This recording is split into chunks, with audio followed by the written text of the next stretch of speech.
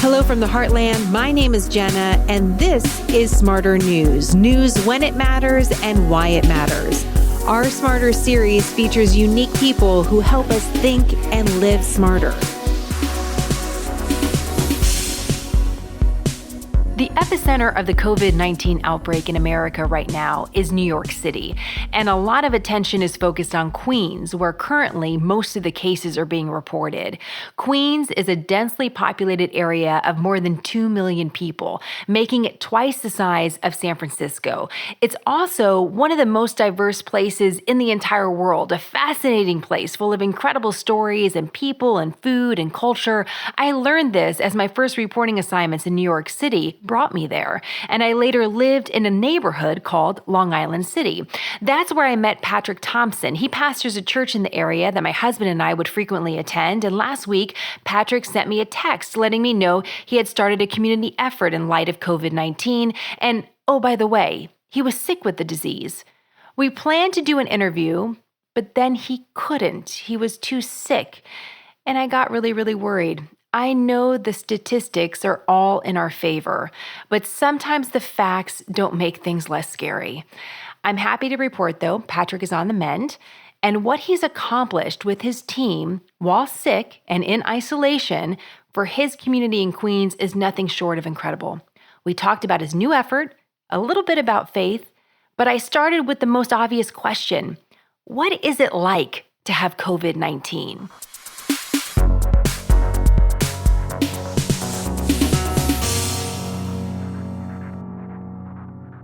How are you feeling today? Yeah, today I feel as good as I have in 2 weeks.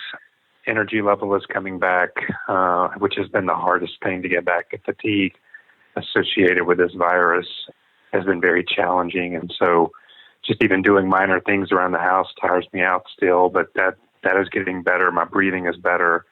The coughing is diminishing, it seems, every day. So definitely on the other side of it, moving back toward health, but still some lingering impacts. What were some of the symptoms, and when did you first feel sick and feel like, you know what, I actually think I might have what everyone's talking about? Yeah. So 2 weeks ago, Saturday, so almost 14 days ago now, was the first time it crossed my mind. I had a little cough, but allergies are coming into season right now, and I thought, okay, it's just a little tickle in my throat. Nothing else was showing up. Saturday night, just going to bed, I felt a little bit warm, nothing that I thought was feverish. Sunday morning, I got up, started to just do my day, and my energy level was very low on Sunday. And Sunday afternoon, I kind of felt my body in my head, and I said, I think I'm running a fever. And so my wife, Katie, got a thermometer, and my fever at that point was 100.7, so almost 101. And we made the decision at that point to immediately isolate. And so she moved out of the room. I moved into our bedroom. And over that day, Sunday, my health really began to diminish pretty quickly as far as ability to breathe deeply, the ability to really talk or carry on a conversation. The body aches began to come on pretty rapidly.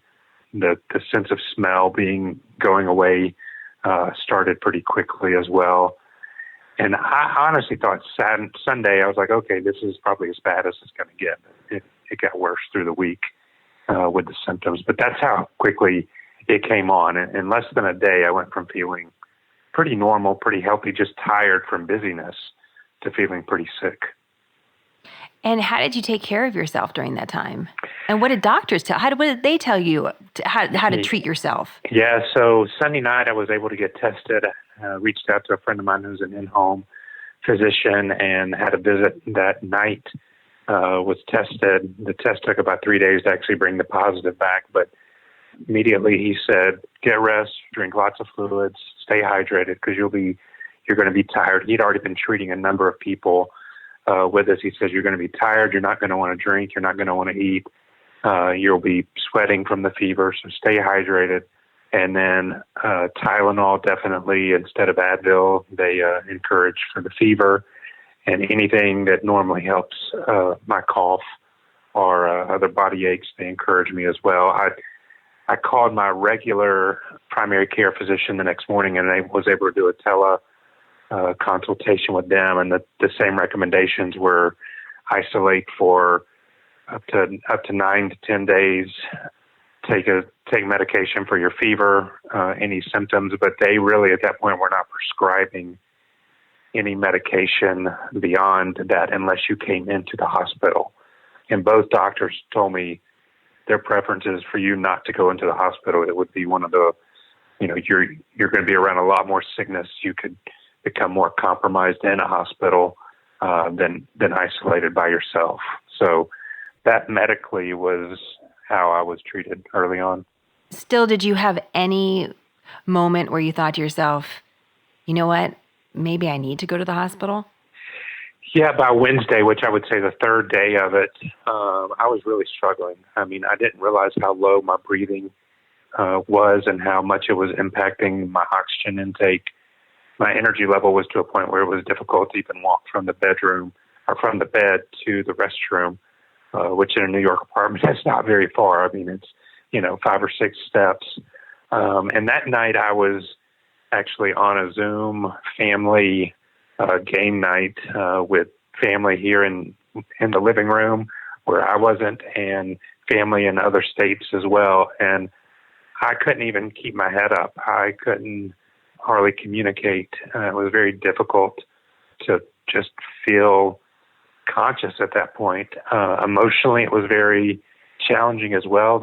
I've read some things afterwards of some things it does to you just confusion-wise and the way it attacks you mentally that were very trying at that point, and the illness as well. And so Wednesday I went to bed thinking if I continue down this path tomorrow, something's got to change because it was not moving toward health at that point. And gratefully, on Thursday, I woke up, energy was back, but by Thursday evening, it was down again. And I began to notice a little bit of the rhythm, which was energy in the morning, and then I was exhausted and had to go to bed about 3 o'clock in the afternoon every day, would wake up for just a little bit of dinner and then right back to bed. And that was my typical day for about 5 or 6 days of this. Wow. And when did you feel like you turned a corner where is that pattern still continuing now, almost 2 weeks later, or are you seeing an improvement? Yeah, the pattern is still here a little bit, but the vast improvement. My energy level is much higher than it was in the heart of all of this. It was Sunday morning when I think I woke up for the first time. So a week after the first isolation, so 7 days, when I woke up, and I just kind of, in waking up, took a deep breath, and I was like, wow, I haven't been able to do that in quite a long time, and without coughing, without almost choking at times. And so that deep breath and being able to breathe deeply that morning certainly was a relief, and a time that I realized, okay, I'm moving back in a forward direction. And since then, it's 4 days since then now, and it is steadily progressing each day. I think as I was steadily progressing downward, now it's a steady progression back toward health. I would have a difficult time going outside right now. I like to run and exercise. I like to do cycling. I'd have a tough time probably just even cycling around our block right now, just from an energy level, but I'm able to maintain energy in my apartment, keep it throughout the day now. I don't have to rest again at 3 o'clock. I can stay up till the evening. So it definitely is progressing better, and every day is a step forward. Well, that's wonderful to hear. How is your family through all of this? How difficult was it to stay in isolation? And has anyone else shown any symptoms of COVID-19? Yeah, so nobody else in the family was tested. Katie, my wife, would say she may have felt some slight symptoms. She never really ran a high-grade fever. It was pretty low-grade, never got above 100. Had a little bit of coffee and achiness, but she has heavy seasonal allergies too, so she doesn't know if it was related to that or just a minor thing. My daughter has stayed healthy. She was in the apartment, and my son has been about an hour upstate from us during most of this, and so he's healthy and staying up there until New York is kind of off of lockdown.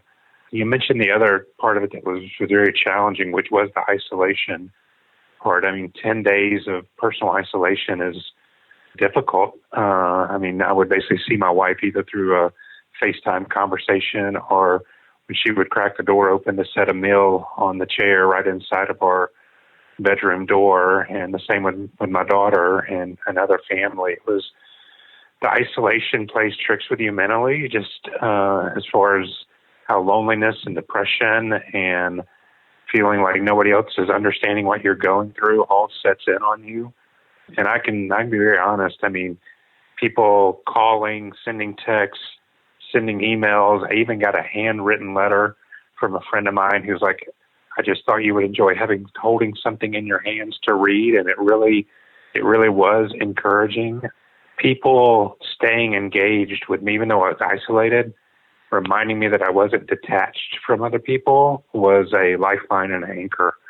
I can see how people, if they get this and have to be isolated and don't have a support system around them, it can be as devastating to them mentally as it will be physically. That is such an important point, and one I don't think we've really considered. Yeah. And it's great to have your perspective on that, because we're all self-isolating in our own ways, but it means one thing when you're healthy and another thing when you're sick, and it's scary.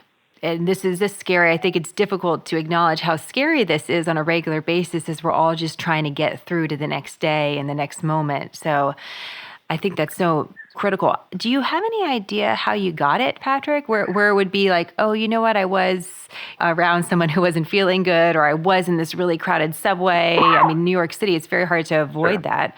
Do you have any ideas? Yeah, the week before, excuse me, the week before I was around a lot of people. We were launching our relief efforts in our neighborhood, trying to meet needs. And so I was collecting groceries and meals. I was delivering groceries and meals. I was in a lot of different settings, a lot of different environments. On Saturday, I was up in the Bronx delivering groceries to a friend of mine who was not able to get out and really had no financial means of support right now. And that was the last day I rode the subway coming back on a Saturday. And so I can remember sitting on the subway and fighting the urge to cough in the subway, just to protect anybody that was around me and also not to cause any alarm at that point. So I can't pinpoint when or who or any of that. We were very careful after I diagnosed positive to let anybody I've been around in the last few days to know about it as well. And so far, none of them have tested positive or have had to isolate. We've had a couple that have gone into quarantine themselves just to protect some elderly people that they've been around. And so trying to be as cautious with that. But I don't know. That's the thing about New York, especially in Queens. There are cases popping up every day in every section of the city. And it's a challenge right now to stay away from people, because unless you just stay in your apartment. I mean, even, Jenna, you know this, having looked at me before, it's you walk out your door just to take your trash down the hallway, and there are other people in your hallway that can come out and take trash to the end of the hallway as well, and you're immediately in proximity to them. And so it's just hard to stay away from people in this city. I have no idea how we would actually do it. I have to be honest with you, Patrick. I mean, with 3 little kids in an apartment and not having a ton of space in a refrigerator. My husband and I were just talking about that. You know, do you have a small refrigerator? You have to go outside. There's no way. You can't just go. Right. You see people at the grocery stores here in Texas, you know, you could load up. People have 2 refrigerators at their house. You know, if you live in New York, you have a family, you're in a small space, you have a small refrigerator, you got to be in an elevator, a stairwell, a subway. You just have to be around people. Yeah. But you bring up a really important point here, which is, as you have not been feeling well yourself, you actually launched this incredible effort to not only help keep the local economy going, but also provide food and supplies to people in need. And it's an ingenious idea, Patrick. When you first told me about it, I mean, it's something we could all do in every community. So let's go back to that. LIC Relief is what it's called. Where did the idea come from, and how do you execute it? Yeah, so the Friday before the school shut down here in New York, so I guess we're talking 2.5 weeks ago now, the one of my neighbors, long-term friend, we've lived next to each other for a number of years.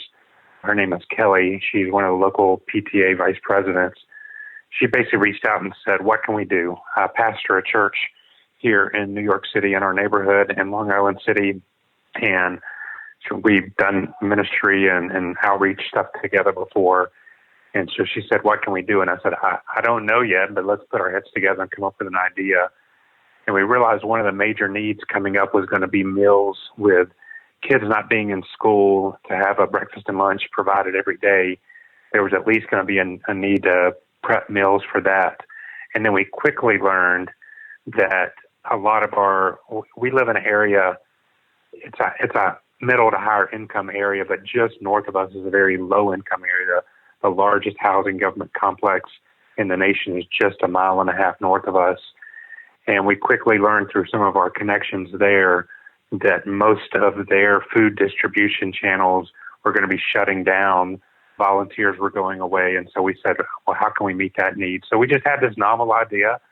We said, if we can raise money, can we reach out to restaurants in our neighborhood to see if they could provide meals at a really small stipend, that we would then get a team of volunteers to take those meals and deliver them to people in need, and also make some meals available in those local restaurants that people could grab and go for free. And so we came up with a model where we pay restaurants $5 for every meal that they produce. And we now have a team of drivers and people that are taking those meals and delivering over 3,000 meals a week to people in need. And so that allows us to interject about $15,000 a week back into the local economy. And we've been doing that ongoing now for 2 weeks. And funding-wise, we have just hit, actually today, over the $70,000 mark, which means that we are able to do this for at least another 3 weeks. And our goal is to be able to do this until the lockdown in New York is over, which right now the earliest forecast is April 31st. It's helping people on so many different levels. I mean, in New York City, there's right outside your door, we shared a neighborhood. This is an area that has wonderful small restaurants. They're not these huge chains. They are many times owned by a family still at this time. And now they're able to continue to employ some of their workers. And talk to me about that reaction too from the local restaurants when you came to them and said, hey, listen, I have this idea. We're not going to pay you $10 a meal, but we can pay you $5. And if you can produce it in mass, this is going to actually feed people, but we can help you somewhat too. What was the reaction from the local businesses? Yeah, it was extreme gratitude, because they're the business owners who I've gotten to know over the years, they're not making any money right now. Their goal right now is to keep their doors open, keep people fed in the neighborhood through delivery, and and to keep their employees paid. We're feeding their families in a sense too, because we're keeping them on the payroll. That's a great way to put it. And you don't automatically think necessarily in that direction, because there's the immediate need of someone being hungry or children being hungry and getting them a meal. But this is what I thought was so amazing about this model, is that it allows everyone to tread water. Right now, that's kind of what if we could simply tread water, then that might just be enough for the next several weeks. And we've had to adjust some of our expectations. What about the families that you're feeding, Patrick? How often are they getting meals? What's been a reaction, if you can share an anecdote or two with us about being able to get meals to the people that really need it?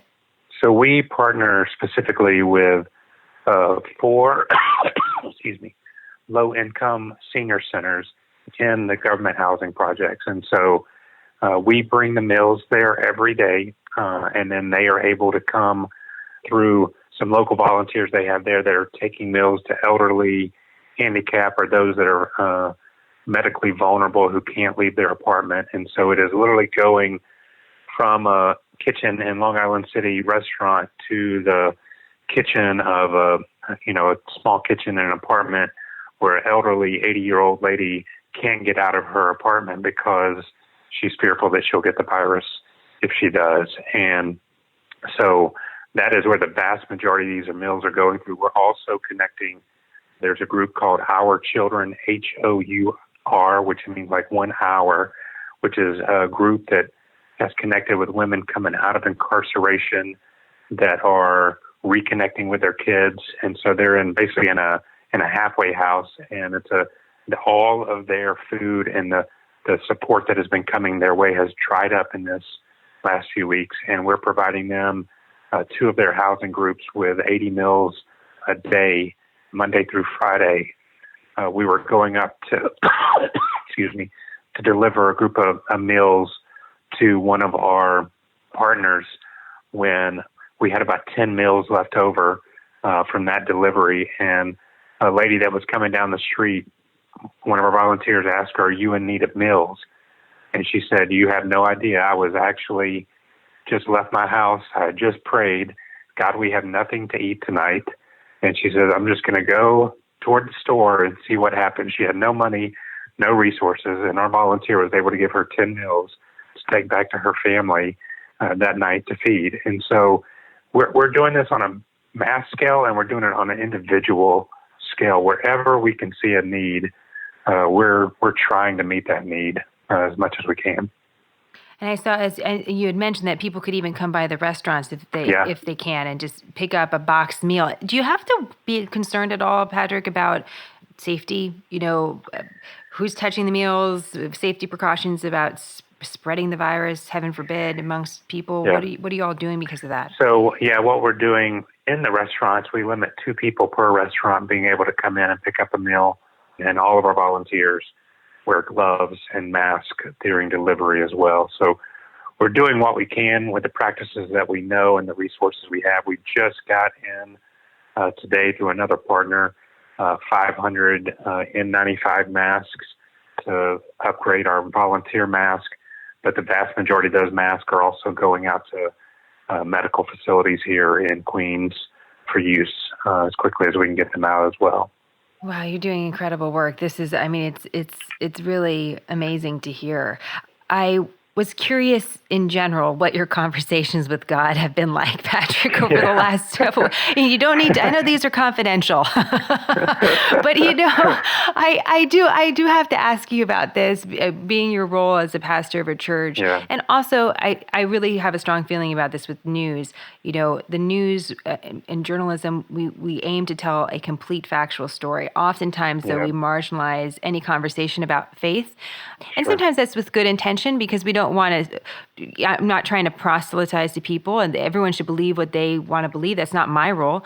But I also think that faith plays a role in every story, and we should have conversations about it. And people want to talk about that. And it's easy to feel close to God when things are going well, and it can be more difficult when they're not. And so I was just wondering if you could share your thoughts on your faith in general, and maybe just talk to us a little bit about that during this very uncertain time. Yeah, I think if you're a person of faith at all, if you have not either asked or been asked or considered the question of, God, why is this happening? You're not really thinking deeply, because that question is on all of our minds. And I asked that. I was like, God, I'm trying to do well. I'm trying to be a heart of compassion to people, and I get sick. Why? Why couldn't you protect me if you're this all-powerful God, and all of these questions? And, we can certainly all have that mindset. God, why can't you just wipe this out? And Jenna, I think where my conversation with God went with that was him reminding me that, from the very beginning, from the entire history of humanity, there's been tragedy. There's been difficulties. Some of us have lived very isolated lives away from deep poverty and deep sickness and just, famine and all the impacts of tragedy that are constant in our world. And I think my conversation with God led me to stop asking the question, why are you allowing this, God, or why is this happening, to saying, what are you accomplishing through it? Because my faith leads me to a God that's a God of redemption and a God of restoration. And that's where I've tried to live my life out of. And that even in the midst of this tragedy, there can be stories of humanity at its best. There can be stories of compassion growing in men and women's hearts. Again, there can be compassion of neighbors reaching out to neighbors and building relationships that had been severed or never there before, of family relationships that are restored at a deeper level that had fallen apart. I mean, I've seen that in my own journey. I've had more conversations with my family, with my immediate friends in this than I was used to having. I personally walked through another tragedy this year. I lost my mom to cancer about a month and a half ago, and I thought that would be the worst of 2020 for me. And processing through that tragedy along with this has drawn me closer to my dad and my brother and others as we have had to rely on each other. And so all that to say, I think the question of faith here is, what is God going to use out of this pandemic, out of this virus, out of these uncertain times, to allow us to see Him more clearly, to see ourselves more clearly, and to see our neighbors more clearly? As a person of faith, I ultimately believe we as humanity have a distance between us and our Creator. And I believe tragedies like this can do an amazing job of closing that gap and closing that distance and allowing us to understand who God is at a much deeper level than we ever had before. And so that doesn't make it easier. It doesn't necessarily solve the problem, but it gives us a lifeline of hope to hold on to that will anchor us to a foundation that will not change no matter what circumstances come our way. Wow, I really needed to hear that. And I'm sure a lot of people needed to hear that too, Patrick. And it was very well said and gives me a lot to think about as we move forward into the weeks that we have a lot of unknown, and the only thing known is that we probably can't predict what's going to happen. Yeah. And that is a very unique experience for an entire country and community to go through that uncertainty together. But as you point out, it also brings us into a bond that we really have never experienced quite in the same way. So we'll look for those spots that you mentioned, those moments of compassion and really togetherness. What is the first thing you're going to do, Patrick, when you're out of isolation? It's coming up quick. What is that going to be? I'm going to take a walk in our beautiful waterfront park here in Long Island City and just soak in some fresh air and the scenery, stay social distance away from people, but just being outside again in the energy, even though that there's a quietness of the city right now, definitely be out taking in the beauty of our neighborhood and the beauty of this city with my wife and kids as much as I can.